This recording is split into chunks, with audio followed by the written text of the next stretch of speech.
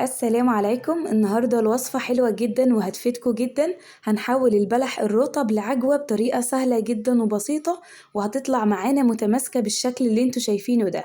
بجد دي أسهل وأسرع طريقة هتحضروا فيها العجوة.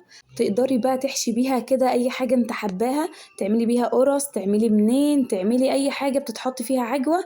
العجوة بتاعتنا دي هتنفع فيها، وكمان طعمها حلو جدا، مش هتختلف عن بره خالص، بل احسن كمان. تعالوا بقى كده ندوق ونشوف طعمها. شايفين عاملة ازاي؟ ما تقولوش شوكولاتة يا اخواتي، بجد رهيبة. طعمها حلو جدا، بجد حلوة جدا. ممكن تاكلوها كده زي ما انا باكلها كده، تاخدوا قطعة منها كده تديكوا كده طاقة كده ونشاط. كمان مغذية جدا، ممكن تدوها برضو لأطفالكم كده لو انتوا مش حابين تحطوها في معجنات أو في أي حاجة يعني من دي. ممكن كمان كده تسيحوها الصبح كده بحتة سمنة بلدي على شوية سمسم وتفطروا بيها الصبح، بتبقى جميلة جدا. تعالوا بينا كده ندخل على الطريقة. بس لو أول مرة تشوفوني، أنا أسماء شاور ودي قناتي. ما تنسوش تشتركوا في القناة، ولو الفيديو ده عجبكم ما تنسوش تحطوا لي لايك. أول حاجة هنقول بسم الله الرحمن الرحيم ونصلي على الرسول. اللهم صل وسلم وبارك عليك يا حبيبي يا رسول الله. هتجيبي بقى كده كمية البلح اللي انت عايزة تعمليها، ايا كانت كتير او قليل زي ما تحبي يعني الموجود عندك. طبعا مفيش مقدار، لان احنا مش هنضيف اي حاجة تانية على البلح غير في الاخر كده معلقتين 3 سمنة. فهتجيبي بقى الكمية اللي انت عايزة تعمليها، هتقشري القشرة الخارجية دي كده، وتشيلي النوى كده من قلب البلحة، بفتحها بالنص كده وطلع النوى اللي فيها. هتخلصي بقى كل الكمية اللي عندك بالشكل ده، وهتحطيها في حلة عندك بالشكل ده كده. انا خلصت كل الكمية اللي عندي زي ما انتوا شايفين. هاخدها كده واروح على النار على طول. حطيت البلح كده على نار عالية وهفضل اقلب كده باستمرار. يعني ممكن تريحي ايدك كده في النص دقيقة ولا حاجة، وترجعي تقلبي تاني حوالي 10 دقايق كده تقليب، لحد البلح بتاعك ده ما يسيح معاكي خالص. خلاص هو مقرب يسيح معايا بالشكل ده.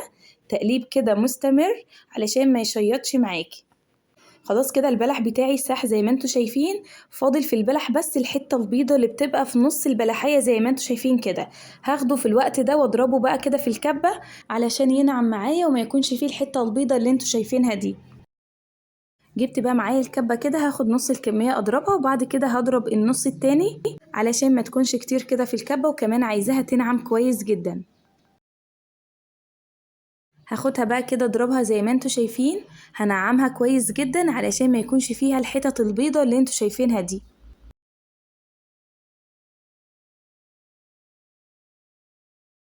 خلاص كده انا خلصت ضرب العجوة لحد ما بقت ناعمة معايا خالص بالشكل ده. هفضيها بقى في نفس الحلة اللي احنا عاملين فيها، يعني مش هوسخ حلة تانية ولا اي حاجة. خلاص كده زي ما انتوا شايفين بقى العجوة بقت ناعمة معانا خالص بالشكل ده كده. بس طبعا لسه طرية، فاحنا عايزينها ايه زي اللي احنا بنجيبها من بره متماسكة. فهرجعها تاني على النار. هحط لها بقى كده 3 معالق سمنة كبار كده حلوين. هاخدها بقى كده على نار عالية، وهفضل اقلب حوالي 10 دقايق.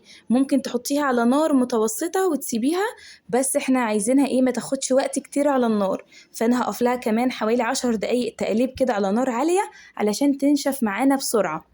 وبعد كده ههدي النار عليها، يعني انا هفضل اقلب كده حوالي 10 دقايق على نار عالية. بس طبعا ما تسيبيش ايدك منها علشان ما تتحرقش. بعد كده هتهدي النار، بعد ال10 دقايق هتهدي النار وتسيبيها على النار كده.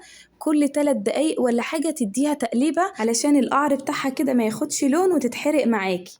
بس يعني الأحسن إنك تعمليها وانت واقفة في المطبخ بتعملي حاجة تانية قصادها، علشان كل شوية كده تديها تقليبة وانت واقفة. العجوة دي بقى كده هتفضل معاكي على نار متوسطة حوالي من ساعة إلا ربع ساعة، لحد كده ما تبقى متماسكة زي العجوة اللي احنا بنجيبها من بره كده وتنشف معاكي. خلاص كده زي ما انتوا شايفين لونها فاتح، بس بعد ما بتنشف معاكي لونها بيغمق. زي ما انتوا شايفين كده هنا خلاص بقت ناشفة معايا خالص اهيت، وبقت متماسكة خالص بالشكل ده. يعني حتى بنزلها كده من على المعلقة بتنزل بكل صعوبة. خلاص تبقى العجوة بتاعتنا معانا جاهزة بالشكل ده. هسيبها بقى كده لحد ما تبرد معايا تماما بالشكل ده. هجيب بقى كده كيس واحطه في قلب علبة تلاجة، وابدأ احط بقى ايه العجوة بتاعتنا جوه الكيس بالشكل ده علشان تحفظيها بعد كده في الفريزر. هتحفظيها بقى كده من السنة للسنة ما يجرالهاش أي حاجة. ممكن تحطيها كده في التلاجة من تحت من غير فريزر خالص، هتقعد معاكي حوالي شهر كده تستخدمي منها.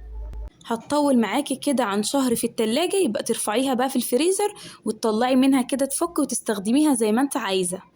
هضغط بقى كده عليها كويس جدا واقفل عليها الكيس، واقفل بقى العلبة كده بالغطا بتاعها واشيلها في التلاجة علشان انا هستخدمها. هعمل بيها معاكم حاجات حلوة جدا الفيديوهات الجاية ان شاء الله.